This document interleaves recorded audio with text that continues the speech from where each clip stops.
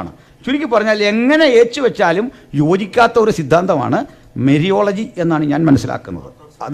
അതെ, തീർച്ചയായിട്ടും ഇപ്പോൾ തന്നെ പറയുന്നൊക്കെ പ്രാർത്ഥിക്കുന്ന ഓർത്തഡോക്സുകാരന് ഒരിക്കലും അംഗീകരിക്കാൻ പറ്റാത്ത കാര്യമാണ് കാത്തലിക്സിൻ്റെ മരിയോളജി. ആ മരിയോളജിയിലെ ഒട്ടേറെ അപാകതകൾ, പക്ഷേ ആ മരിയോളജി കഴിഞ്ഞാൽ കാത്തലിസിസത്തിന് നിലനിൽപ്പില്ല. കാരണം അതിൻ്റെ ത്രെഡ് കിടക്കുന്ന അവിടെയാണ്. ഞാനീ പറയുമ്പോഴും എൻ്റെ പ്രിയപ്പെട്ട സഹോദരന്മാരെ, ഇത് വൈകാര്യമായി ബാധിക്കുന്നു എന്ന് എനിക്ക് നന്നായിട്ടറിയാം അനേക ആൾക്ക്. കാരണം they are the followers of ഏതോ ഒരു മറിയ, അതായത് യേശുവിൻ്റെ അമ്മയായ മറിയല്ല.